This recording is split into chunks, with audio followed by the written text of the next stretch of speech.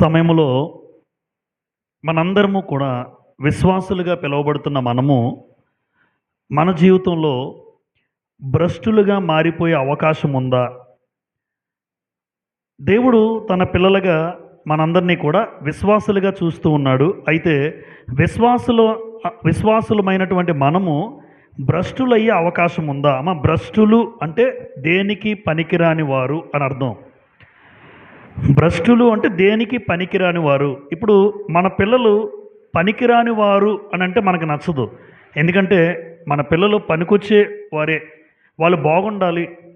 వాళ్ళందరూ వాళ్ళు మన పిల్లలుగా మన జీవితంలో వాళ్ళు పనికి వచ్చే పనులే చేయాలి, లేదంటే వాళ్ళకు మంచి జీవితంలో ఉండాలని కోరుకుంటాం తల్లిదండ్రులుగా. మరి దేవుడు కూడా తన పిల్లలుగా ఉన్నటువంటి మనము కూడా ఎందుకు పనికిరాని వారిగా మనం మారిపోకూడదు అంటే అదే భ్రష్టులు అంటారు. ఎందుకు పనికి మాలిన వారిగా మనం ఉండకూడదు, అలాంటి వారిగా మనం మారకూడదు. కాబట్టి ఈ లోకంలో బ్రతుకుతున్న మనము భ్రష్టులుగా మారిపోయే అవకాశం ఉంది అంటుంది గ్రంథం. అలాంటప్పుడు క్రైస్తవ జీవితంలో ఏ భ్రష్టత్వంలోకి మారిపోయే అవకాశాలు ఉన్నాయో ఆ పరిస్థితులు మనకు అర్థమైతే మనం మారం. నేను భ్రష్టుడు కాకుండా ఉండడానికి ఎలా ఉండాలి, లేదా దేవుని దృష్టిలో నేను భ్రష్టుడు కాకూడదు అంటే నేను ఎలా బ్రతికితే నా జీవితం ఒక విశ్వాసిగా బాగుంటుంది అన్న ఉద్దేశంతో ఈ మాటలు మనం విందాం. తీతుకు రాసిన పత్రిక మొదటి అధ్యాయం, 1 తిమోతి, 2 తిమోతి, తీతుకు మనకి ఆర్డర్లో ఉంటుంది. కాబట్టి తీతుకు రాసిన పత్రిక 1వ అధ్యాయం 16వ వచనాన్ని చూడగలిగితే ఇలా రాయబడి ఉంది: దేవుణ్ణి ఎరుగుదుమని వారు చెప్పుకుందురు గాని అసహ్యులను, అవిధేయులను, ప్రతి సత్కార్యము విషయము భ్రష్టులునయ్యుండి అన్నాడు. చూడండి, భ్రష్టులునయ్యుండి తమ క్రియల వలన ఆయనను ఎరగమన్నట్టున్నారు. అక్కడ దేవుణ్ణి ఎలా చెప్తున్నారు? దేవుణ్ణి ఎరుగుదమని చెప్పుకుంటారు. చాలామంది ఎలా చెప్తారు? దేవుణ్ణి ఎరిగారా అంటే దేవుణ్ణి ఎరుగుదుము అంటారు. అయితే దేవుణ్ణి ఎరుగుదుము అని చెప్తారు కానీ వాళ్ళ జీవితంలో వాళ్ళు ఏం చేస్తే ఎలా ఉంటారు అంటే అసహ్యులు అన్నాడు, 2 అవిధేయులు అన్నాడు, 3 క్రియల వలన ఆయన్ని ఎరగమన్నట్టున్నారు. అంటే ఈరోజు దేవుణ్ణి ఎరుగుదుము అని నేను కూడా చెప్పుకుంటాను, కానీ అసహ్యమైన పనులు చేస్తే దేవుణ్ణి ఎరుగుదుము అని చెప్పుకుంటాము, అసహ్యమైన పనులు చేస్తే మనకు తెలుసు దేవుడికి ఏది అసహ్యమో, దేవుడికి ఏది ఇష్టం ఉండదో తెలిసినా కూడా కొంతమంది దేవునికి అసహ్యమైన పనులు చేశారనుకోండి, ఆ వ్యక్తి భ్రష్టుడు అంటాడు దేవుడు. కనుక అసహ్యమైన పనులు చేస్తారు, పైగా ఏం చెప్తారు? దేవుణ్ణి ఎరుగుదుము అంటారు. 2 దేవుణ్ణి ఎరుగుదుము అని చెప్పుకొని అవిధేయులుగా ఉంటారు. అంటే దేవుని వాక్యానికి వారు లోబడరు. దేవుని వాక్యానికి లోబడితే అది విధేయత, దేవుని వాక్యానికి లోబడకపోతే అది అవిధేయత. ఇప్పుడు అవిధేయత చూపించిన వాడు దేవుడు అంటున్నాడు ఎరుగుదుమని చెప్పుకుంటున్నాడు, మరలా నా మాట వింటలేదు. చూడండి, దేవుణ్ణి ఎరుగుదమంటున్నాడు, నా మాట విని బ్రతకట్లేదు. అలాంటి వాళ్ళు కూడా భ్రష్టులు అన్నాడు. 3 దేవుణ్ణి ఎరుగుదమంటారు, వారి క్రియలు ఎలా ఉంటాయంటే సిగరెట్ తాగుతాడు, మందు తాగుతాడు, లోకంలో ఇష్టానుసారంగా బ్రతుకుతాడు, దేవుడు వద్దన్నదే చేస్తుంటాడు, దేవుడు వెళ్ళొద్దన్న స్థలాలకు వెళ్తుంటాడు. చూడండి క్రియలు. పైగా ఏమంటాడు? దేవుణ్ణి నమ్ముకున్నామండి. మరి దేవుణ్ణి నమ్ముకున్నవాడివి, దేవుణ్ణి నమ్ముకున్నవాడిగా ఎందుకు బ్రతకట్లేదు? నీ క్రియలేంటి అలా ఉన్నాయి? అదేంటి దేవుణ్ణి ఎరగలేనట్టుగా ఉంటాడట. అలా ఆలోచించండి. దేవుణ్ణి ఎరిగినవాడు మరి దేవుణ్ణి ఎరిగినవాడిగా బ్రతకాలి కదా. ఇప్పుడు దేవుణ్ణి ఎరిగామని చెప్పుకుంటూ కొంతమంది ఎలా ఉంటారని చెప్పాను, అసహ్యమైన పనులు చేస్తారు. దేవుణ్ణి ఎరుగుదమని చెప్పుకుంటూ కొంతమంది దేవుని వాక్యాన్ని వినకుండా బ్రతుకుతారు, లేదా విన్నా అలా బ్రతకరు, అవిధేయులు. 3 దేవుణ్ణి ఎరుగుదమని చెప్తారు, కానీ వాళ్ళు నడిచే విధానం, వాళ్ళు చేసే పనులు, వాళ్ళు జీవించే విధానం, వాళ్ళ క్రియలు దేవుని ఎరగలేనట్టుగా ఉంటాయట. అరే దేవుని ఎరిగిన వాళ్ళు కూడా ఇలా చేస్తున్నారేంటి? అక్రమాలు కానీ, అన్యాయాలు కానీ, మోసాలు కానీ, రకరకాలుగా. దేవుని ఎరిగిన వారు వారికి తగిన క్రియలు ఉండాలి. కనుక ఎవరైతే దేవుని ఎరుగుదమని చెప్పుకొని అసహ్యులు, అవిధేయులు, వారి క్రియలు దేవుని ఎరగలేనట్టుగా ఉన్నాయో వాళ్ళందరినీ దేవుడు ఏమన్నారు? భ్రష్టులు. అది భ్రష్టత్వం. ఈరోజు ఈ వాక్యం వింటున్న మనలో నేను దేవుని ఎరిగానని చెప్పుకొని దేవునికి అసహ్యమైన పనులు చేయకూడదు. దేవుని వాక్యానికి విధేయత చూపించాలి. నా క్రియలు దేవుని ఎరిగాడ్రా అన్నట్టు ఉండాలి. ఈ వ్యక్తి దేవుని తెలుసుకున్నాడు గనుక ఇలా బ్రతుకుతున్నాడు అని నా క్రియలు ఉండాలి. అలా ఉంటే విశ్వాసిగా నీ జీవితం బాగుందని అర్థం. లేదు, ఇప్పుడు చెప్పిన ప్రకారం ఉంటే మన జీవితం బాగోలేదని అర్థం. మనం భ్రష్టత్వంలో ఉన్నామని అర్థం. రైట్. ఇక్కడ ఒక ఉదాహరణ రాశాను నేను. Hophni, Phinehas. హోఫ్ని, ఫీనెహాసు ఇద్దరు కుమారులు. ఎవరికి? ఏలి అనే ఒక యాజకుడు ఉన్నాడు, ఒక న్యాయాధిపతి ఉన్నాడు. ఈ న్యాయాధిపతి దేవుని సముఖంలో యాజకత్వం చేసే ఈయన ఇద్దరు కొడుకులు ఉన్నారు ఆయనకి. ఆ ఇద్దరు కొడుకులు, తండ్రి మంచోడు, డౌటే లేదు. ఏలి చాలా గొప్పవాడు, చాలా మంచివాడు, మంచి న్యాయాధిపతి, మంచి నాయకత్వం చేశాడు, మంచి యాజకత్వం చేశాడు. కానీ ఆయన కడుపును పుట్టిన ఇద్దరు కొడుకులు ఎలా ఉన్నారో ఒకసారి చూడండి. సమూయేలు మొదటి గ్రంథం 2వ అధ్యాయం. సమూయేలు మొదటి గ్రంథము 2వ అధ్యాయంలో ఒక భయంకరమైన మాట రాయబడి ఉంటుంది. ఎందుకు ఈ మాట భయంకరము అన్నానంటే చూడండి, మొదటి సమూయేలు 2వ అధ్యాయం 12వ వచనం. మొదటి సమూయేలు 2:12లో ఏలీ కుమారులు యెహోవాను ఎరుగని వారై మిక్కిలి దుర్మార్గులై ఉండిరి. దుర్మార్గులా? ఏలీ కుమారులు. నిజంగా చెప్పండి ఇప్పుడు దేవుడు బాగా తెలిస్తే నాకు, నా పిల్లలకి దేవుడు తెలుస్తాడమ్మా? ఉదాహరణ చూద్దాం. ఇప్పుడు నేను ఒక యాజకత్వం, ఒక సేవకుడిగా ఉన్నప్పుడు నా పిల్లలకి దేవుడు తెలుస్తాడో తెలీదా? ఖచ్చితంగా తెలుస్తాడు. ఇప్పుడు ఏలీ ఆ రోజుల్లో ఒక న్యాయాధిపతిగా దేవుని మందిరంలో పరిచయం చేసేవాడు. దేవుని మందిరంలో యాజకత్వం చేసేవాడికి ఆయన పిల్లలకి దేవుడు తెలీదా? కానీ గ్రంథంలో దేవుడు రాయించిన మాట ఏంటంటే ఏలీ కుమారులు యెహోవాను ఎరుగని వారై మిక్కిలి దుర్మార్గులై ఉండిరి. అంటే వీళ్ళు ఏం చేసేవాళ్ళు అంటే దేవుడు తెలుసు. అంటే ఎలా ఎరగలేదు? దేవుడి యొక్క గుణమేంటో, దేవుని లక్షణాలేంటో తెలియకుండా వీళ్ళిద్దరూ కూడా అసహ్యమైన పనులు చేశారు. మందిరానికి వచ్చిన స్త్రీలతో వ్యభిచారం చేయడం, లేదా దేవునికి ఇచ్చినటువంటి అర్పణ ఏదైతే మాంసం బలిగా అర్పించారో అది దేవుడి కన్నా ముందు తినేయడం, తీసుకోవడం, అలాంటి పనులు చేసేవారు. కాబట్టి దేవుని ఎరిగిన వారుగా ఎందుకు రాయించాడంటే దేవుని ఎరిగిన వారు అలా చేస్తారా?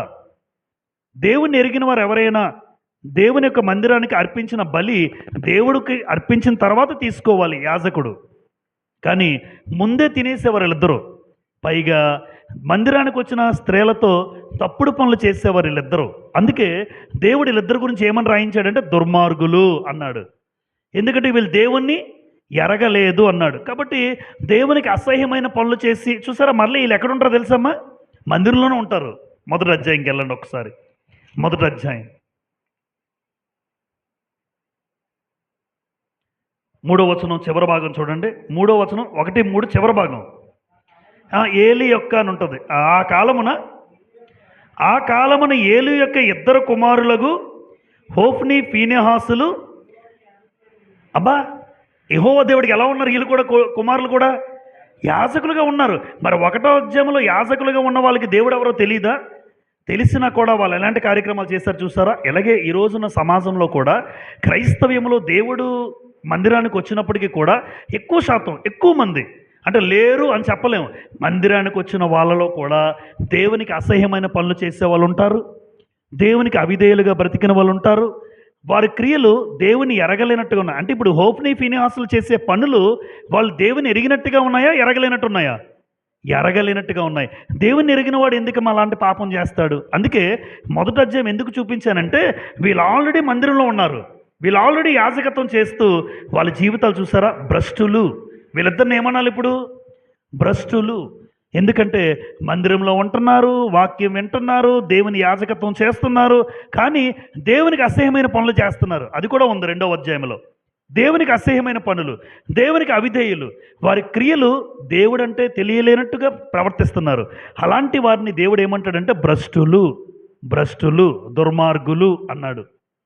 ఇప్పుడు విశ్వాసులు భ్రష్టులుగా మారే పరిస్థితులు. ఒక విశ్వాసి భ్రష్టత్వంలోకి ఎలా వెళ్ళిపోతాడో 4 కారణాలు చెప్తాను ఇక్కడ. 4 కారణాలు. ఒక విశ్వాసి భ్రష్టుడిగా ఎలా మారిపోతాడు అంటే, మొట్టమొదటిది చూడండి, అక్కడ ఏం రాశాను, సత్యమును ఎదిరిస్తే. సత్యమును ఎదిరిస్తే, అమ్మ సత్యము అంటే ఏంటి? వాక్యమే. ఆయన వాక్యమే సత్యం. అంటే వాక్యాన్ని ఎవరైతే ఎదిరిస్తారో, వాక్యాన్ని ఎవరైతే ఎదిరించి బ్రతుకుతారో వాళ్ళు భ్రష్టులు. రెండవ తిమోతి రెఫరెన్స్ చదువుకుందాం. 2 తిమోతి 3వ అధ్యాయం 8వ వచనం చూడండి. 2 తిమోతి 3:8. ఎన్నే ఎంబ్రే అనువారు మోషేని ఎదిరించినట్టు వీరును చెడిన మనస్సు కలిగి విశ్వాస విషయములో భ్రష్టులై ఏం చేశారు చూడండి, సత్యమును ఎదిరింతురు. అంటే భ్రష్టులు ఎవరు? ఎవరైతే సత్యాన్ని ఎదిరించి బ్రతుకుతాడో, సత్యమైనటువంటి వాక్యం దేవుడిచ్చిన తర్వాత కూడా ఆ వాక్యానికి వ్యతిరేకంగా బ్రతుకుతూ, వాక్యాన్ని ఎదిరిస్తూ, ఏముందలే పర్వాలేదులే అనుకొని వాక్యాన్ని ఎదిరించి బ్రతికేవాడు భ్రష్టుడు. ఆనాటి సమాజంలో ఎన్నే ఎంబ్రే అని ఇద్దరున్నారు. వీళ్ళట మోషే కాలంలో ఉన్నటువంటి వాళ్ళు. మోషేని కూడా వీళ్ళిద్దరు ఏం చేశారని రాస్తుంది ఇక్కడ, ఎదిరించారట. మోషే దేవుడి చేత ఏర్పాటు చేయబడిన నాయకుడు, దేవుడు ఏర్పాటు చేశాడు మోషేని. అలాంటి మోషేని ఎదిరించారట వీళ్ళిద్దరూ. నువ్వెవరు, నువ్వు మాకెవరు, ఏం చెప్పడానికి, నువ్వు మాకెందుకు చెప్తున్నావు అని ఎదురు సమాధానాలు. మోషేని ఎదిరించిన భ్రష్టులైపోయారు ఇద్దరు. ఎందుకంటే మోషే ప్రజలకు మేలే చేశాడు, మోషే ప్రజలకు మంచే చేశాడు. ఇంకా బానిసత్వంలో ఉన్న ప్రజలను ఒక మంచి దేశానికి నడిపించబోతున్న నాయకుడిని ఎదిరించారంటే మీరు చూడండి, అలాంటి గొప్ప నాయకుడిని ఎదిరించి భ్రష్టులుగా మారిపోయారు. ఈరోజు కూడా సత్యమును ఎప్పుడూ ఎదిరించకూడదు. దేవుని వాక్యాన్ని ఉన్నదన్నట్టుగా చెప్పే సేవకులు అనేక మంది లోకంలో ఉన్నారు. కాబట్టి వాక్యాన్ని చెప్పే సేవకుడిని ఎదిరించకూడదు. ఎదిరించి మాట్లాడే పరిస్థితులు బట్టి వాక్యం ఎందుకు చెప్తున్నాడు సేవకుడు? మనం మారాలని, మీరు మారాలని, మీరు ఒక మంచి జీవితం జీవించాలని, మీ కుటుంబాలు బాగుండాలని, మీ కుటుంబాలు మీ పిల్లలు సంతోషంగా క్రీస్తులో ఆనందంగా ఉండాలని చెప్తారు. అంతేగాని ఎవరో నాశనం అయిపోవాలని, ఎవరో కూడా పాడైపోవాలని వాక్యం మాట్లాడదు కదా. కాబట్టి సత్యాన్ని ఎదిరించిన వాడు వాక్యం చెప్తున్నప్పుడు ఆ సేవకుడిని మోషేని ఎదిరించిన వారిగా వీళ్ళిద్దరూ మనకు కనబడుతున్నారు. మన జీవితంలో కూడా మనం ఒక తీర్మానం చేసుకోవాల్సిన పరిస్థితి ఏంటంటే, ఎప్పుడూ దేవుని వాక్యాన్ని ఎదిరించొద్దు. ఎప్పుడు వాక్యం మన జీవితంలో గుచ్చుకున్నా మార్పు చేసుకోవాలి, సరి చేసుకోవాలి. అంతేగాని దేవుని వాక్యాన్ని ఎదిరించకూడదు, ఆ వాక్యాన్ని చెప్తున్న సేవకుడిని ఎదిరించకూడదు. ఎందుకంటే నా కోసమే చెప్తున్నాడు కదా ఆయన, నా మేలు కోసమే ఆయన చెప్పట్లేదు, దేవుడు మాట్లాడుతున్నాడు ఒక రకంగా అర్థం చేసుకుంటే. కాబట్టి వాక్యము సత్యము కనుక ఆ సత్యాన్ని ఎప్పుడైనా ఎదిరించి నేను బ్రతికితే నేను భ్రష్టుడిని. ఒకవేళ వాక్యం ప్రకారం నువ్వు బ్రతికితే ఎప్పటికీ భ్రష్టుడు కావు, నీ జీవితంలో భ్రష్టుడిగా మారిపోవు. కానీ వాక్యాన్ని ఎదిరించిన మరుక్షణం, వాక్య ప్రకారం జీవించకుండా వాక్యం చెప్పిన వ్యక్తిని, వాక్యాన్ని ఎదిరించిన వాడు భ్రష్టుడిగా మారిపోయే పరిస్థితులు అయితే ఉన్నాయి. 2, దయ్యముల బోధ అనుసరిస్తే. ఈ మధ్యకాలంలో ఇదే వస్తుంది పలుమార్లు, దయ్యముల బోధ. తిమోతికి రాసిన మొదటి పత్రిక, అక్కడే ఉన్నాము. 1 తిమోతికి వెళ్దాం. 4వ అధ్యాయం 2వ వచనం చూడండి, లేదా మొదటి వచనం నుండి. అయితే కడవరి దినములలో 1 తిమోతి 4:1, కొందరు అబద్ధికుల వేషధారణ వలన మోసపరుచు ఆత్మల యందును దయ్యముల బోధ యందును లక్ష్యముంచి ఏమవుతారు? విశ్వాస భ్రష్టులగుదురని ఆత్మ తేటగా చెప్పుచున్నాడు. పాఠం పేరు చూడండి, విశ్వాసి భ్రష్టుడయ్యే అవకాశము ఉందా? ఇక్కడ ఏం రాస్తుందమ్మా? విశ్వాస భ్రష్టులగుదురని ఆత్మ తేటగా చెప్పుచున్నాడు. అంటే విశ్వాసి ఏమయ్యే అవకాశం ఉంది? భ్రష్టుడు. ఎప్పుడు? ఎవరైతే దయ్యాల బోధ యందు లక్ష్యం ఉంచుతాడో. అంటే దయ్యాల బోధ అంటే తెలుసమ్మా? కిందకి చదువుదాం 3వ వచనం.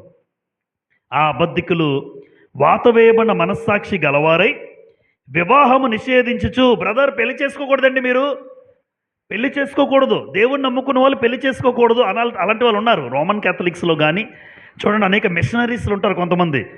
వాళ్ళు వివాహం అది నీ వ్యక్తిగత అభిప్రాయం.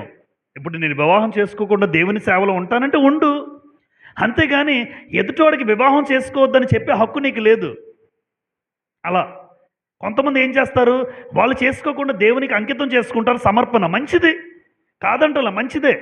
పౌలు గారు వివాహం చేసుకోలేదే, అయితే ఒకటి, మనం చెప్పే బోధలో ఎదుటోడిని వివాహం చేసుకోకూడదు అని చెప్పడం దయ్యాల బోధ. అదే దయ్యాల బోధ. మరి వివాహం చేసుకోకూడదంటే దేవుడు ఆదాముతో పాటు ఎవరిని జతపరిచాడు ఆది కాండంలోనే? ఎందుకు?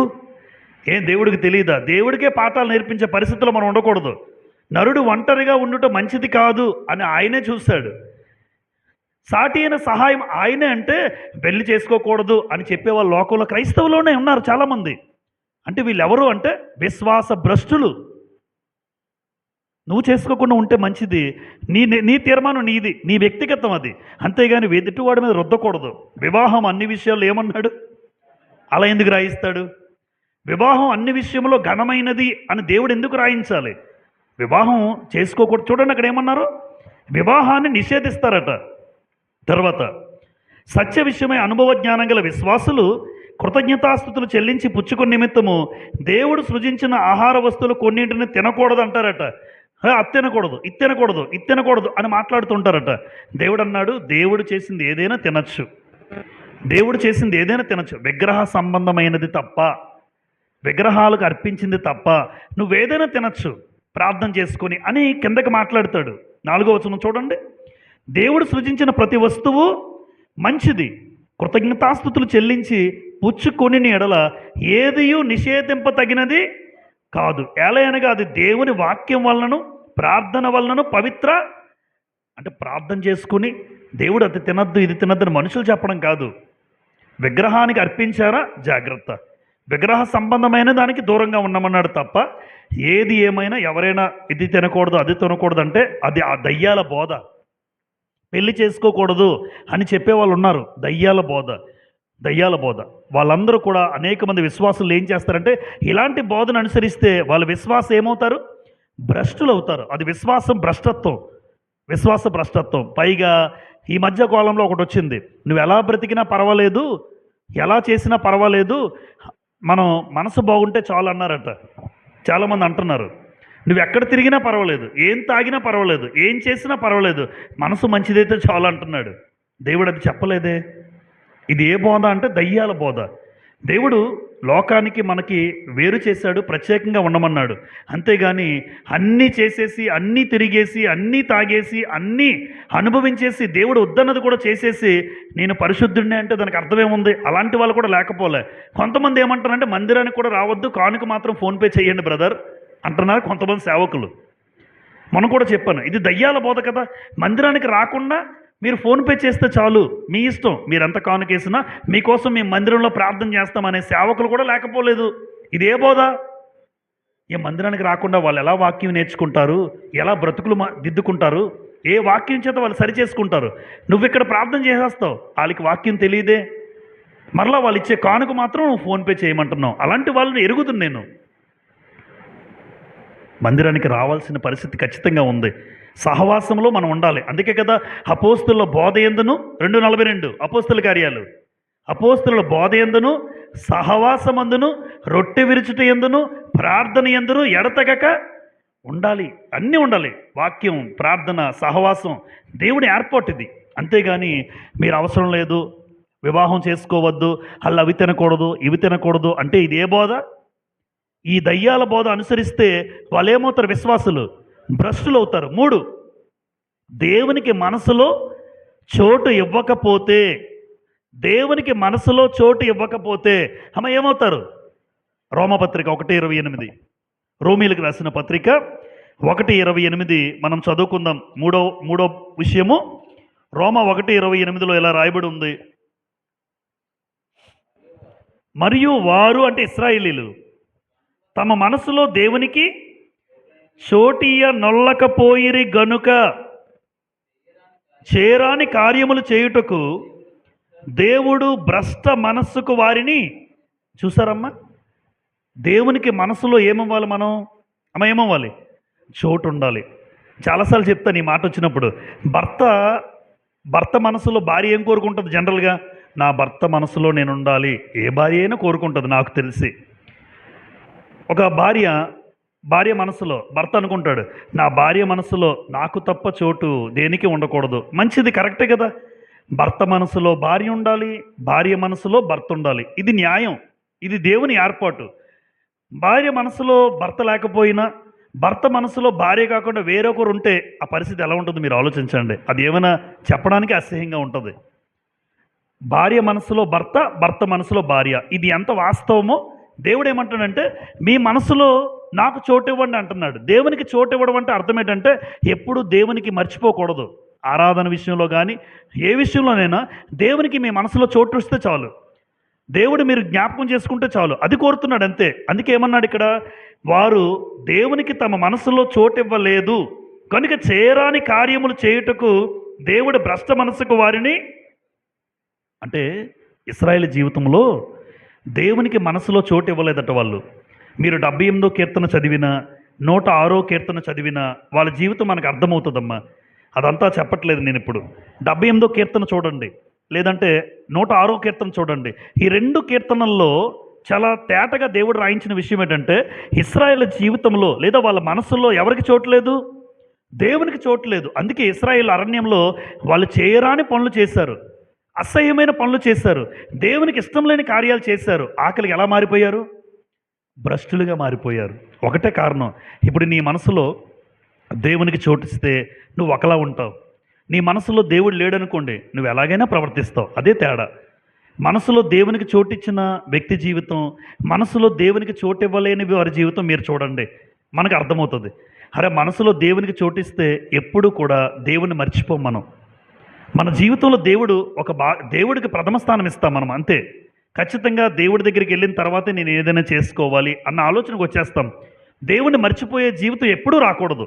కనుక దేవుని మనసులో చోటిస్తే, కాలేబు గురించి ఒక మాట రాస్తుంది తెలుసమ్మా. కాలేబు నిండు మనసుతో దేవుణ్ణి అనుసరించేవాడు అని మీరు సంఖ్యాకాండం 14వ అధ్యాయం చూసిన, యెహోషువ గ్రంథం 7వ అధ్యాయం చూసిన, ఈ యెహోషువ గ్రంథం 7వ అధ్యాయం కానీ, సంఖ్యాకాండం 14వ అధ్యాయం కానీ, అందులో కాలేబు గురించి రాయబడిన మాట ఏంటంటే, యెహోవా దేవుణ్ణి పూర్ణ మనస్సుతో లేదా నిండు మనస్సుతో దేవుణ్ణి అనుసరించిన వాడు అని రాసుంది. మరి నేను కనీసం దేవునికి నా మనసులో చోటు ఉందా?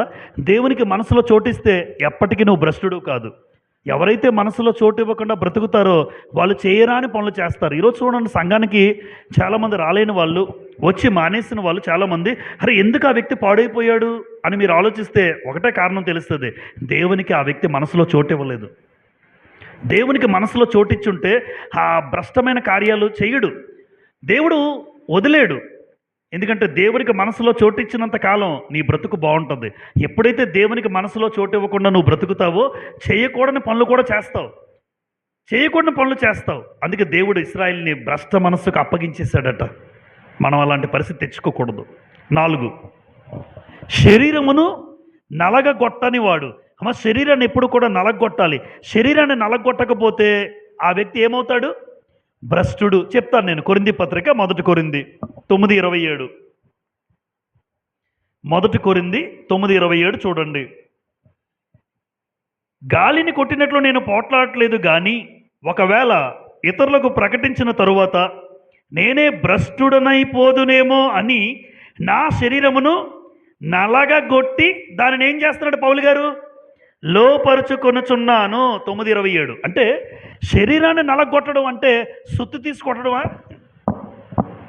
శరీరాన్ని నలగొట్టడం అంటే ప్రార్థనలో శరీరం ప్రార్థన చేసుకునేవ్వదు. చూడండి, పడుకోమంటే గురక తీసి పడుకుంటాం మనం. అదే ప్రార్థన చేసుకోమనండి, లెగనవద్దు శరీరం. లేచి ప్రార్థన చేసుకుందాం 5 గంటలకి, 4 గంటలకి, 3 గంటలకి. సరే, ఏదో సమయంలో ప్రార్థన చేసుకుందామన్నా చేసుకోవడానికి ఆసక్తి రాదు కొంతమందికి. అంటే శరీరాన్ని సుఖపెట్టాడు. శరీరాన్ని సుఖపెట్టేవాడు ప్రార్థనకి రాదు, ప్రార్థన చేసుకోలేడు.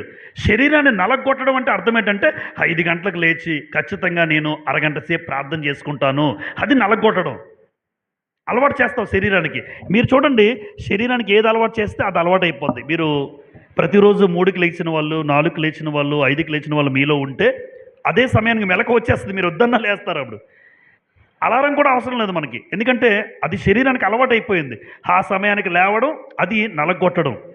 కొంతమంది శరీరాన్ని సుఖపెట్టుకోవడానికి చూస్తే ఎప్పుడు శరీరానికి సుఖమే. ఎందుకంటే శరీరం ఎప్పుడు ఏం కోరుకుంటుందని చెప్తాను, శరీరం ఎప్పుడు సుఖమే. శరీరం ఎప్పుడు సుఖమే కోరుకుంటుంది. కానీ మన శరీరాన్ని నలగొట్టకపోతే మనం భ్రష్టుడయ్యే అవకాశం ఉంది. ఎందుకంటే ప్రార్థన చేసుకోకపోతే ఎందుకు? వాక్యం చదవకపోతే ఎందుకు?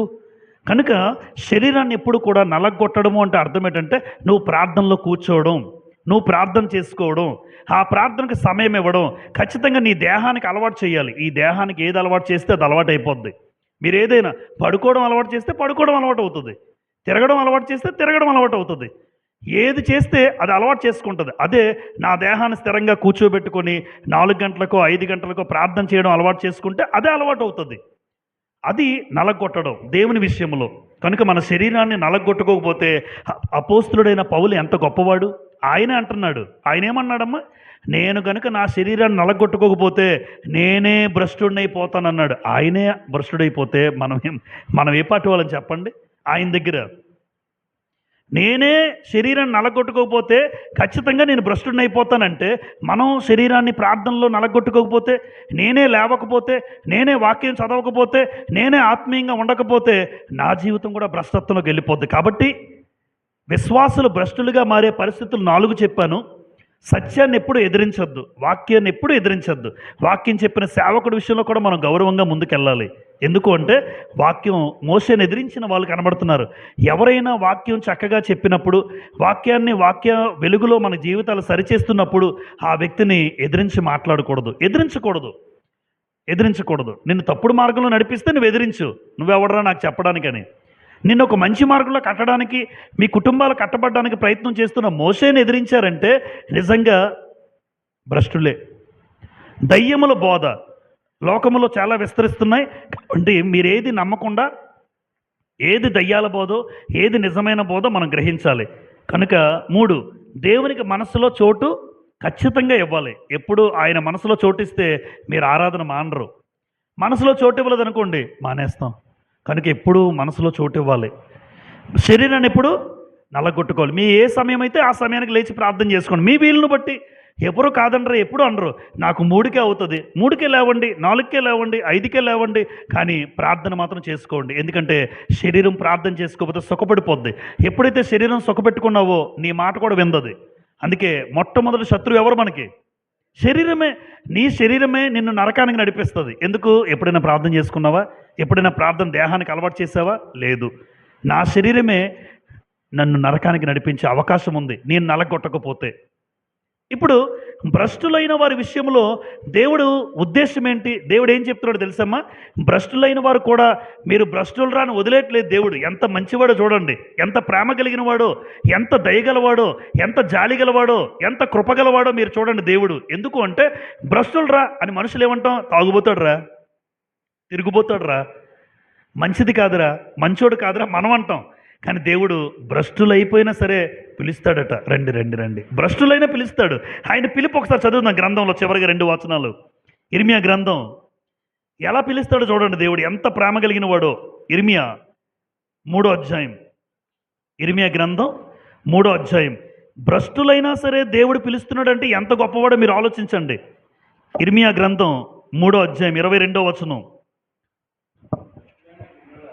భ్రష్టులైన బిడ్డలారా అన్నాడు, చూసారా? పిల్లలారా తిరిగి రండి, మీ అవిశ్వాసమును నేను బాగు చేసి, చాలు బెదర్ బాగు చేస్తాను అంటే మీకు తెలియకో తెలుసో భ్రష్టులుగా మారిపోయారు అని తన పిల్లల్ని వదిలేట్లేదు. అమ్మ, ఎవరి పిల్లల్ని ఎవరు వదులుతారు చెప్పండి? వాళ్ళు పాపం చేసిన, తప్పులు చేసిన పిల్లల్ని మనం క్షమిస్తాం. ఎందుకంటే మనకు పుట్టారు. మనకు పుట్టిన పిల్లలు కనుక వాళ్ళు పాడైపోయారు. కరెక్టే, తెలియకో తెలుసో ఏదో జరిగిపోయింది, అయినా సరే ఆ పిల్లల దగ్గరికే తీసుకుంటాం. నాకు తెలిసి ఈ లోకంలో తల్లి తండ్రి, మరి ఆయన కూడా అంతే. మనందరినీ పిల్లలుగా చూస్తారు. కొంతమంది పాడైపోతారు, కొంతమంది వారి జీవితాలు నాశనం చేసుకుంటారు. అలాంటి వారిని కూడా దేవుడు విడవక మరలా పిలుస్తున్నాడు. చూడండి, మీరు భ్రష్టులు అయిపోయారు కరెక్టే, అయినా సరే నా బిడ్డలారా తిరిగి రండి, నా దగ్గరికి రండి, నేను మిమ్మల్ని బాగు చేస్తాను, నేను మిమ్మల్ని సరిచేస్తాను. ఎవరు అడుగుతారండి? ఎవరు చెప్తారు చెప్పండి? ఇలాగా భ్రష్టులైపోయినా సరే నన్ను పిలుస్తున్నాడే దేవుడు, పాడైపోయిన నా బతుకును మరలా బాగు చేస్తున్నాను అన్నాడే అని ఏ దేవుడు ఏ పిల్లల్ని పిలుస్తాడు చెప్పండి? మన దేవుడు ఎంత గొప్పవాడు కాకపోతే. కనుక భ్రష్టులైన బిడ్డలారా తిరిగి రండి అంటున్నాడు. 2, భ్రష్ట సంతానంగా మారవద్దు అని రాశాను అక్కడ. ఇర్మియా గ్రంథం 2:21. ఇర్మియా 2:21 చూడండి. శ్రేష్టమైన ద్రాక్షావళి వంటి దానిగా నేను నిన్ను నాటితిని, కేవలము నిక్కమైన విత్తనము వలని చెట్టు వంటి దానిగా నిన్ను నాటి తిని, నాకు జాతిహీనపు ద్రాక్షావళి వలె నీవెట్లు భ్రష్ట సంతానమైతివి అన్నాడు 2:21. చూసారా చివర్లో ఏముంది? నీవెట్లు భ్రష్ట సంతానమైతివి అంటే భ్రష్టుడిగా ఎలా మారిపోయావు అంటున్నాడు. ఆయన దేవుడట. యెషయా గ్రంథం చివరిగా యెషయా గ్రంథం ఒకసారి అందరూ తెరిచి ఈ మాట చూసి మనం ముగించుకుందాం. యెషయా గ్రంథం 5వ అధ్యాయం. యెషయా గ్రంథం 5వ అధ్యాయం. ఒక మంచి పాట రాశారు ఇక్కడ దేవుడు. పాట రాయడం యెషయా ప్రవక్త ద్వారా రాయించారు. చూడండి ఆ పాట ఏంటో. 5వ అధ్యాయం 1వ వచనం. నా ప్రియుని గురించి పాడేదను వినుడి, అతని ద్రాక్ష తోటను బట్టి నాకు ఇష్టడైన వాని గురించి పాడేదను వినుడి. సత్తువ గల భూమి గల కొండ మీద నా ప్రియునికి ఒక ద్రాక్ష తోట ఉండెను. అమ్మ దేని గురించి మాట్లాడుతున్నారు? ద్రాక్ష తోట అన్నాడు. ఆయన బాగుగా తవ్వి రాళ్లను ఏరి అందులో శ్రేష్టమైన ద్రాక్ష తీగలను నాటించెను. అబ్బా, మట్టి తీసేశాడు, రాళ్ళు తీసేశాడు, అసలు ఏమీ లేదు. మెత్తని మట్టి, సారవంతమైన నేల, ఖచ్చితంగా ఏ పంట వేసినా పండుతుంది అన్నట్టు ఉంది అక్కడ. అయినా సరే వాళ్ళ పరిస్థితి ఎలా ఉందో చూడండి ఒకసారి. దాని మధ్య బురుజు ఒకటి వేయించి ద్రాక్ష తోటను తొలిపించను. రెండో వచనం చివరిలో. ద్రాక్ష పండ్లు ఫలింపవలని ఎదురు చూస్తున్నాడు దేవుడు, కానీ అది కారు ద్రాక్షలు అంటే చేదు, తీపి లేదు. ద్రాక్షలు చేదుగా మారిపోయాయి. అంటే వాళ్ళ జీవితంలో ఏమి లేదు, ఫలింపు అనేది ఒక మంచి పళ్ళు లేవు, పండాయి కానీ తినడానికి మంచివి కాదు. అంటే క్రైస్తవులుగా మారిన వారు ఎదుటివాడికి ఎలా ఉండాలంటే రుచికరంగా ఉండాలి మన జీవితం. నన్ను బట్టి ఒకళ్ళు పాడైపోకూడదు, నిన్ను బట్టి ఒకళ్ళు పాడైపోకూడదు, నిన్ను బట్టి ఒకళ్ళు బాగుపడాలి, ఒకళ్ళు బాగుండాలి, బాగుపడాలి. వాళ్ళ జీవితం నిన్ను చూస్తూ మార్చుకోవాలి. అంటే అంతేగాని మనం కారు ద్రాక్షలుగా భ్రష్ట సంతానంగా మారకూడదు. అది దేవుని ఉద్దేశం. కనుక భ్రష్టులైన బిడ్డలారా ఆయన తిరిగి రమ్మంటున్నాడు, నేను బాగు చేస్తానన్నాడు. భ్రష్ట సంతానమా, మీరు ద్రాక్ష తీగలో ఉన్నటువంటి మంచి తీగలు వేశాడు, కానీ కారు ద్రాక్షలు కాశాడు. చూసారు ఇశ్రాయేలీలు. మన జీవితంలో కూడా దేవుడు సంఘం అనే ద్రాక్ష తోటలో ఉంచాడు. సంఘం అనే ద్రాక్ష తోట. ఈ ద్రాక్ష తోటలో మనం ఫలించేవారిగా ఉండాలి. అంతేగాని చేదు ద్రాక్షలుగా, అంటే ఎందుకు పనికిరాని ద్రాక్ష తీగలు పారేస్తారు, అలాంటి ద్రాక్షకాలు కాదు. మనం మంచి ద్రాక్ష పళ్ళు ఎలాగైతే తింటామో మన వల్ల కొంతమంది జీవితాలు బాగుండాలి. అంతేగాని ఎవరిని ఎప్పుడు కూడా నీ జీవితాన్ని బట్టి, నీ బ్రతుకుని బట్టి పాడైపోకూడదు. ఫలానా వాళ్ళ వల్ల నేను పాడైపోయాను అనకూడదు. క్రైస్తవుడు వల్ల ఎదుటివాడు ఎప్పుడు ఏముండాలమ్మా? బాగుండాలి. క్రైస్తవులు ఎప్పుడు ఎదుటివాడు సమాజానికి కూడా, చూడండి, సమాజానికి కూడా మనం ఏం చేస్తాం? నీ వల్ల సమాజానికి మంచే జరగాలి, ఎదుటివాడికి మేలే జరగాలి. అంతేగాని ఎప్పుడూ భ్రష్ట సంతానంగా మనం మారిపోకూడదు. ఎందుకంటే ఆ దేవుడు, ఒకవేళ నేను ఎంతవరకు తప్పు చేసి ఉండొచ్చు, తెలియక తప్పు చేసి ఉండొచ్చు, తెలిసి తప్పు చేసి ఉండొచ్చు, నేను భ్రష్టుడినే అనుకోండి. భ్రష్టుడైనా సరే దేవుడు నన్ను పిలుస్తున్నాడు అనుకోండి. నేను తప్పుడు మార్గంలో ఉన్నా దేవుడు నన్ను విడవక పిలుస్తున్నాడు, నన్ను బాగు చేస్తానన్నాడు. ఆ అవకాశాన్ని ఎప్పుడూ కోల్పోవద్దు. కాబట్టి విశ్వాసి భ్రష్టుడయ్యే అవకాశం ఉందా? ఉంది. ఎప్పుడు ఇలా చేయొద్దు. భ్రష్టత్వంలో లేకుండా దేవుని ఎరిగిన వారిగా మనం అసహ్యమైన, అవిధేయులైన, దేవుని ఎరగలేనట్టు క్రియలు మనం ఉండకూడదు. దేవుడు మెచ్చుకుని, దేవుడు సంతోషపడే, దేవునికి ఇష్టమైన పనులే మనం చేయాలి. అప్పుడు నిజంగా నీ విశ్వాస జీవితంలో ఎదిగిన వాడివి. లేదంటే భ్రష్టుడిగా మారిపోతాం. ఒకవేళ భ్రష్టత్వంలో ఉన్నా దేవుడు ఎవరిని కూడా తప్పుగా మాట్లాడలే. నువ్వు భ్రష్టుడివైనా తిరిగి రండి అంటున్నాడు, ప్రేమతో పిలుస్తున్నాడు. మరలా వాక్యం వింటూ మన జీవితాలు మార్పు చేసుకుందామని చెప్తున్నాడు. అందరికీ ప్రభుపేట వందనాలు చెల్లిస్తూ ఈ మాటలు ముగిస్తున్నాను. సోదరులు.